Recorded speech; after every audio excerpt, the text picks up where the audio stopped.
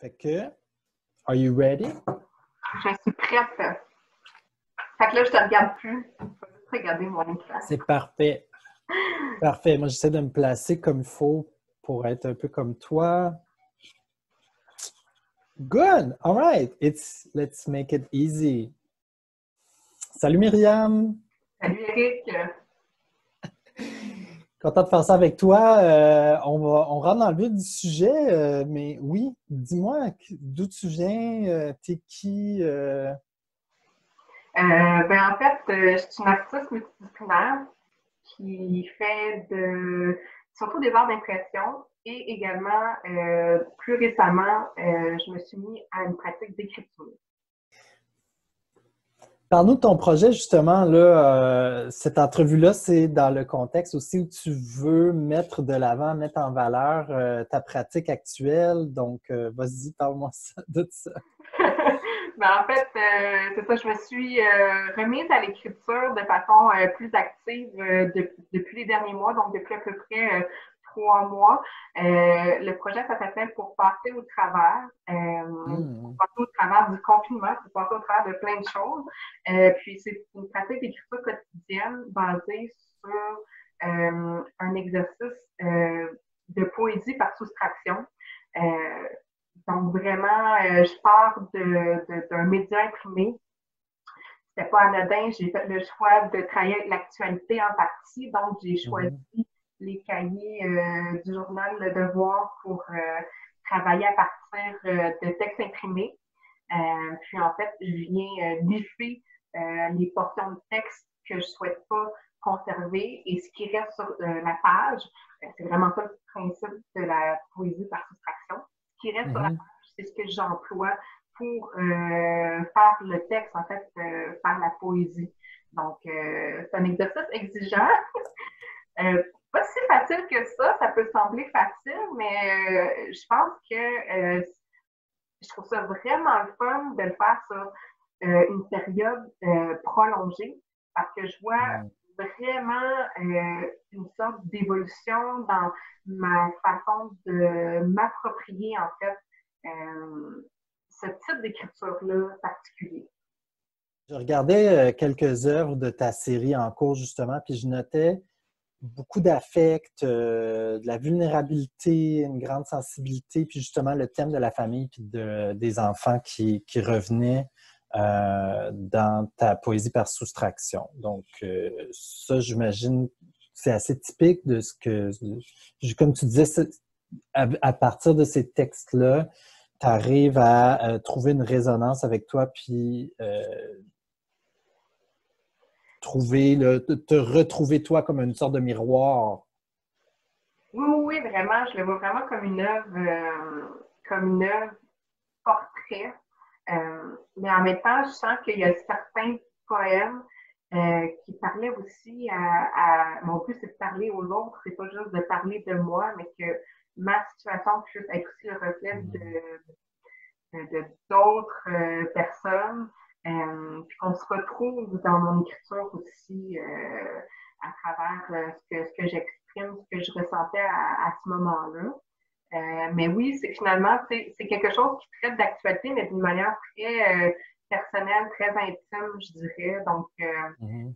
euh, il est venu un temps où, au début, je pense qu'on était captivés par les projets de confinement, comment les gens allaient s'approprier, comment les artistes allaient réinventer leur créativité en période de confinement. Mais je pense qu'au-delà de ça, c'était vraiment l'idée de m'éloigner aussi de ce vocabulaire-là très chargé. Au départ, j'étais très prise avec ce vocabulaire-là de confinement, d'éloignement, de distanciation, Mhm. tout ça. Je sens que là, en ayant une maturité d'écriture, je ne sais pas si ça se dit, avec l'expérience là, quotidienne, j'arrive peut-être mieux maintenant à décrire ça sans nécessairement employer les mots, ces mots-là en tant que tels. Donc, c'est vraiment vers ça là, que je tends pour la suite, en fait, aussi du projet.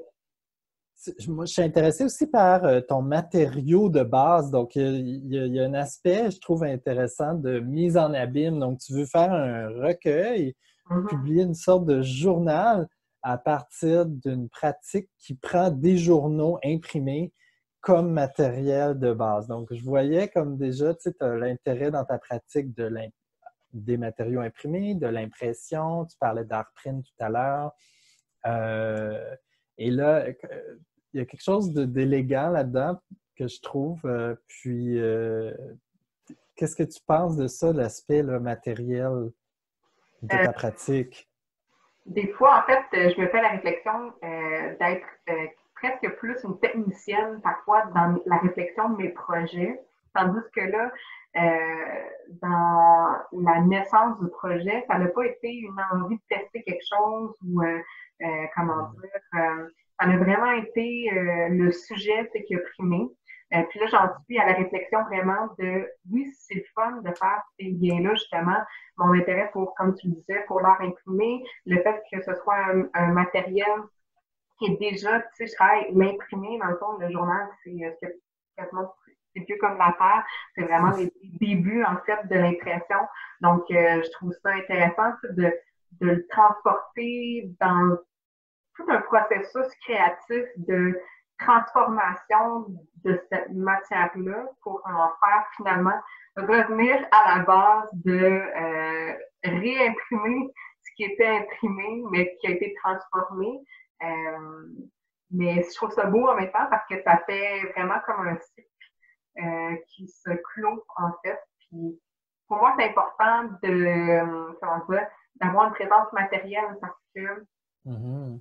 à l'intérieur de tout ce processus-là, je disais que j'aimais travailler la matière. Je suis quelqu'un qui aime être en atelier avec les mains dans la matière.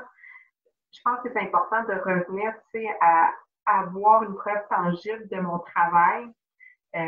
Parce que là, c'est sur des réseaux sociaux, c'est dans, euh, c'est dans un cahier, mais sinon, c'est quelque chose qui est plus du domaine de l'intime. Ce cahier-là, je le conserve, mais il n'est pas assez, comment dire, fort pour que je puisse en faire quoi que ce soit.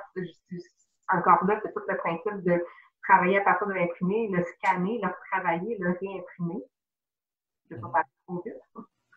Donc, c'est vraiment ça. Puis je pense qu'à la fin, je vais être vraiment contente d'avoir cet objet-là sous la forme d'un livre parce que ça va être un peu la finalité du projet. En fait. Par la multiplicité, non seulement il y a de la diffusion, mais justement les gens peuvent le tenir et de seulement savoir, enfin, toute cette question de virtualité, seulement de savoir qu'il existe en plusieurs copies. Donc, ça amène cette dimension-là de réitération, de publication, de multiples. Ouais. Enfin, je trouve qu'il y a quelque chose là. Écoute, j'ai super hâte de voir le produit final puis de continuer à suivre ton projet. Donc, en ce moment, c'est sur Instagram. C'est ça qui se passe avec, tu mets des extraits? Ben, en fait, présentement, là, cette semaine, du lundi 15 juin jusqu'au dimanche de cette semaine, je suis en résidence virtuelle pour le centre d'artistes Caravansérail. Donc, c'est sur l'Instagram de Caravansérail qu'on peut me retrouver surtout très active cette semaine avec différents contenus, mais également sur mon Instagram personnel, Myriam C34. Et je vais également faire le relais là, avec le Facebook, mon Facebook personnel et le Facebook de Caravansérail pour justement montrer des nouveaux aspects du projet que j'ai développé dans le cadre pour la résidence et pendant la résidence que je vais mener. Donc, c'est vraiment une sorte d'expérience pour moi-même aussi, comment que de manière virtuelle, tout ça va donner quelque chose d'autre en fait. Donc, j'ai bien hâte de voir la réaction des gens par rapport à tout ça. J'ai l'impression que beaucoup plus de choses vont se révéler au fur et à mesure que tu continues de ton inconscient comme de l'inconscient collectif, là, donc en caviardant tout ce texte-là, puis en allant en subtraction, ce qui ressort de notre collectivité durant cette période. Bien content de suivre ton projet. Merci beaucoup, Éric, pour cette entrevue.